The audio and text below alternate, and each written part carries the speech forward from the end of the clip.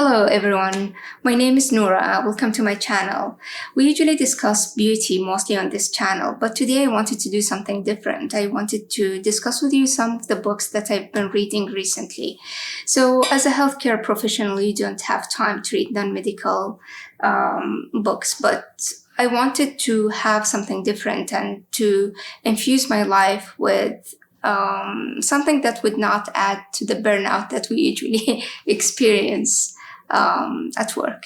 Hop on with me and let's review some books.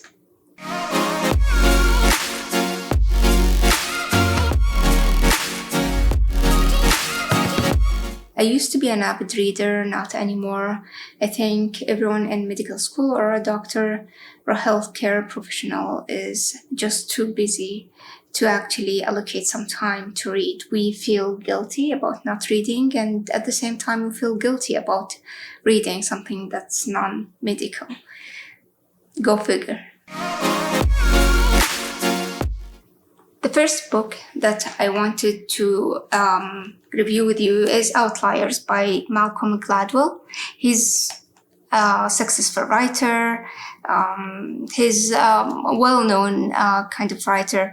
And it's a book about, honestly, luck.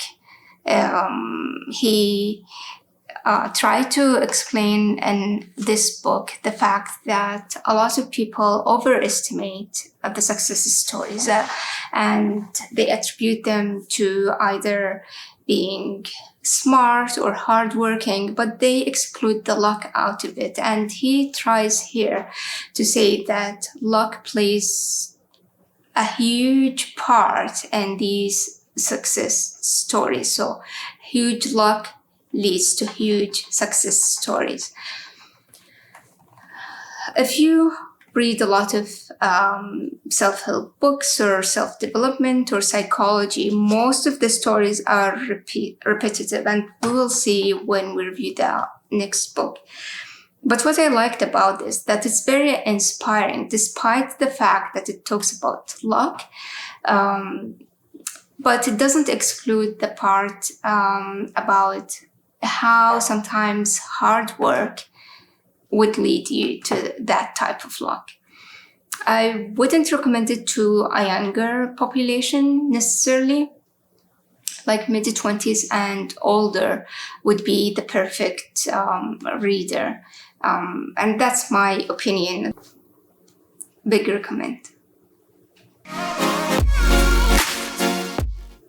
The next book is The Psychology of Money, and here Morgan Housel, a good writer and a good financial writer, explains here about how to understand money, how to achieve financial success without selling you the, I would say, selling you the American dream per se. Like you would not achieve that the $1 million mark just by being lucky. And that's different from Outliers and Malcolm Gladwell, where he focuses on the hyper successful stories, while The Psychology of Money actually focuses more on contrasting stories between most successful and least successful and why that happened. He focuses on saving money, getting advantage of your day job, getting rid of any debts, being reasonable, not trying to outsmart the market, like the basics. And my favorite chapters, if I'm honest with you, are the chapters where he talks about his own journey and his own confessions, as he calls it. And then there is at the end a postscript about a brief history of why the US consumer thinks the way they do, which is about the history of capitalism in the US and how they are now more accepting of debt and having all the credit card issues and all of that. I really like this book. There is nothing new. I wouldn't say that if you are financially educated, you would benefit from reading this book. It's just a very nice refresher. And for us health professionals or other professionals who are not financially savvy, which is most of the population, I would say. It's a good refresher. It's a good solid book to read about finances. For example, my husband is more educated in finances. He wouldn't read this book. It's too basic for him. That's my story.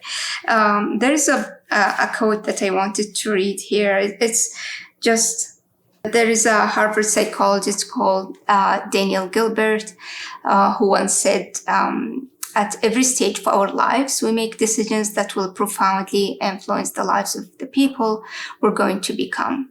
And then when we become these people, we're not always thrilled with the decisions we made. So young people pay good money to get tattoos removed that teenagers paid good money to get. Middle-aged people rush to divorce people who young adults rush to marry. Older adults work hard to lose what middle-aged adults worked hard to gain. On and on and on. And this is one of my favorite quotes, because now I'm 38-year-old and I feel that this is very, very true. What we liked as teenagers and in our early adulthood, not necessarily what will stick with us. And as they say, the decisions that you make as older adults usually are the best decisions in your life, and most success stories would begin at that age. So, as I said, it's a good book for the non-savvy among us.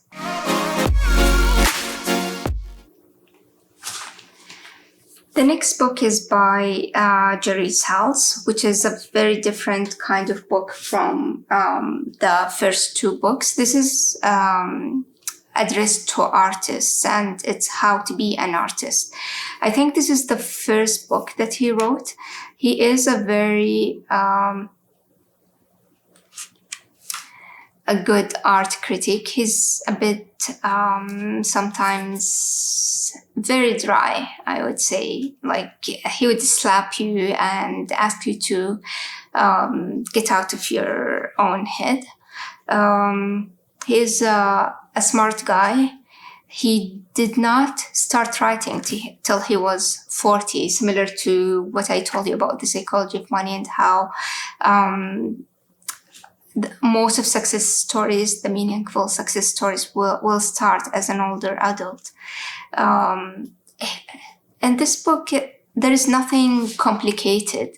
At the same time, it's similar to someone just tap you on the shoulder and ask you to go back to the basics and ask you to focus on your strengths and try to work on your insecurities, I would say. Like, every artist have insecurity about something, and even Matisse or Picasso, and he just mentions those stories. He tells you that everyone, no matter how successful they are, they had their insecurities, they had their failures. And it doesn't mean that if you fail at something that you should quit. Try and try and try again. Tenacity is important. One of the good quotes here was about that all art drivers power from the background glow of time. And from the moment a new work is completed, the artist is parted from the work, and the viewer in turn becomes a participant in it. The viewer completes the work and making and remaking it. Every reader is, when he is reading, the reader of his own self, said Marcel Proust. So the language that it's written in is very sophisticated language, which is very different from the language that self-help books usually write in. Those are very basic kind of language addressed to a simple reader, while Jerry Saltz, what I like about him is that he's very saucy and his language is very advanced. Not very advanced, but it's a good language that you would enjoy reading. And this is a very, very small book that I actually finished within a couple of hours. And you see a lot of pages that are marked here. But this is a good read for every artist, no matter how advanced you are. It's a good addition to your collection.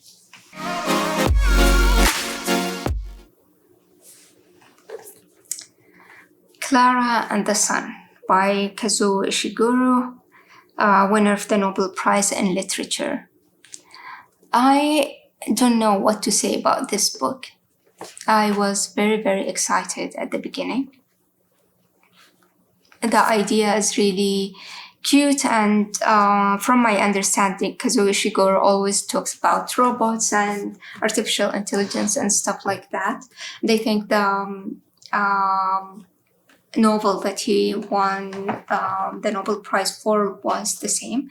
It's just, I would say, it comes the middle of this book, and I found myself more disengaged and disappointed. The ending was very, very disappointing. I might be missing the point of this book. There may be something that I cannot really comprehend. It's just, I liked the beginning. I lost interest in the middle at the end. It felt rushed. Like at the beginning, there was the slowness and there is the momentum that's building.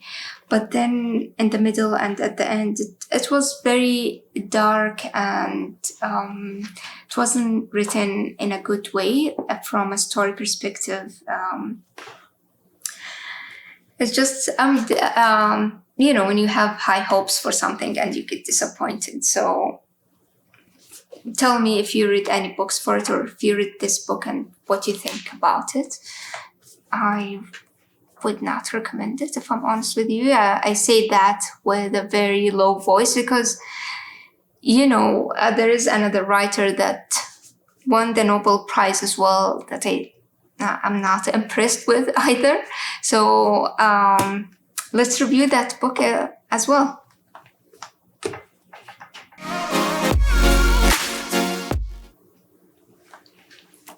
Ernaux and Getting Lost, another writer who just recently won the Nobel Prize in 2022. She is a French writer. Most of her works are autobiographical. She talks a lot about her own stories. This is the first book I read for her. I don't know how to feel about it. Similar to Kazuo Ishiguro, I don't know. It just felt very boring. She had an encounter with this Russian guy that works for USSR, and he was infatuated with French writers, and she was older than him, and the story revolves around infatuation, not even love. It's just superficial infatuation and sexual attraction and more animalistic kind of way of in that attraction. It's very painful for her, I'm sure, to go through that experience. But for me as a reader, for me personally, I felt like I was reading someone else's journal, and it was very, very uncomfortable, especially with the way that she describes things. There is nothing, I would say, like it's 18 plus, but there is nothing vulgar about it. It's just it's very personal, and it's different when you read fiction compared to reading a personal story written word by word from a journal. And at some point, like I think I stopped at this, like I'm left with this part, and it's going on and on and on about the same story, infatuation, and their meetings and all of that. But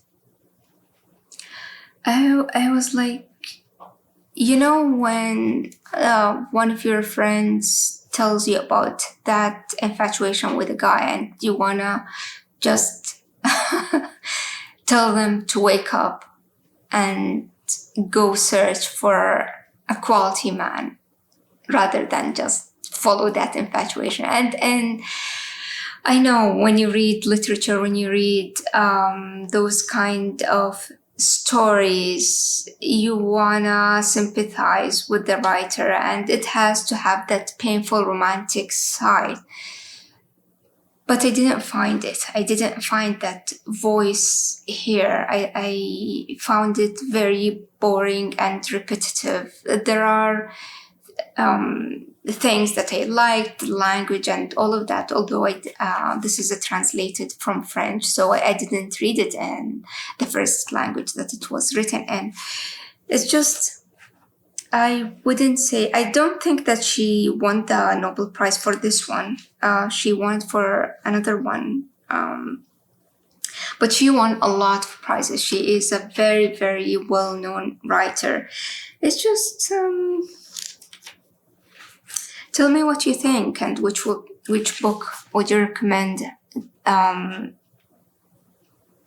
Because I wasn't impressed, I have to say, and I know that nobody, and I don't have to be impressed with her to actually make her feel better or make myself feel better. It's a personal choice, similar to, I would say books are very, very similar to wine. Doesn't matter how good it is, just you like what you like.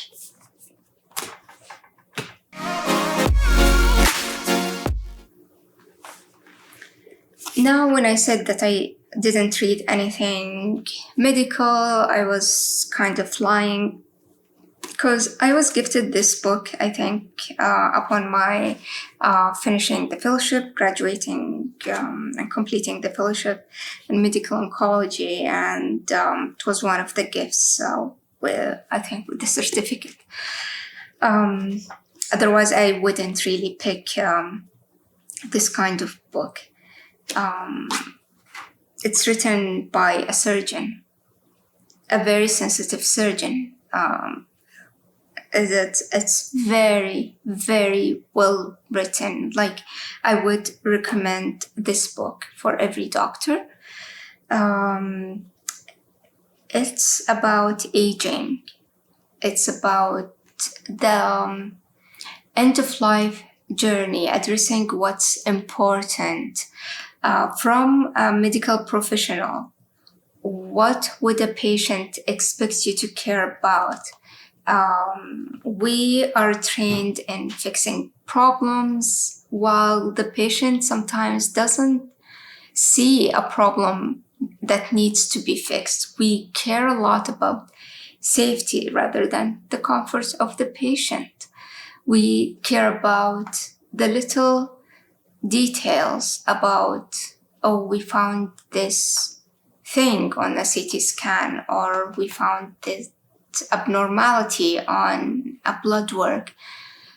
And we forget about the age of the patient, their wishes, their goals in life, what's important for them. And we go into that rabbit hole of wanting to help, but we're actually causing more harm.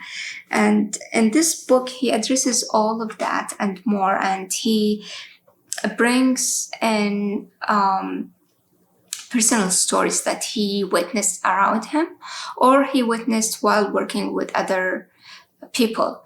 And what I liked about this book the most is that he actually gets out of his way and go to interview people who started nursing homes or long-term care home, and he goes into the history of how things started and how things are changing and evolving over life. It's very enjoyable. It is depressing, and if you're not in a good headspace, I wouldn't say read this book. But for everyone, especially healthcare providers. This is a very well written book. I would like to read you something. Like, if you see here, it's all, I didn't finish it even. I'm still here. I'm in the letting go chapter, and only a few chapters are left, 2 or 3. But I get the gist of the book. I get, I am going to recommend it even if I haven't finished it, because it's well written, good language, good stories, cohesive. He has the vision and he executes that vision very well. So in one of his here, and I think the first chapter in the introduction, he writes that the late surgeon Sharon Newland, in his classic book How We Die, lamented the necessity of nature's final victory was expected and accepted in generations before our own. Doctors were far more willing to recognize the signs of defeat and far less arrogant about denying them. But as I ride down the runway of the 21st century, trade in the deployment of our awesome arsenal of technology, I wonder exactly what being less arrogant really means. And this is a good summary of this book. With this book, we come to an ending. Thank you very much for hanging out with me. Thank you for listening to my ramble about all of these books. Please let me know what you think about the books that I've reviewed. What are your opinions? Have you read other books by the same writers that you would recommend or not recommend? Leave in the comment below other books to review. And if you like these kind of videos, thank you very much again for your support. Please remember to subscribe, share, comment, and like, and we'll see you next week.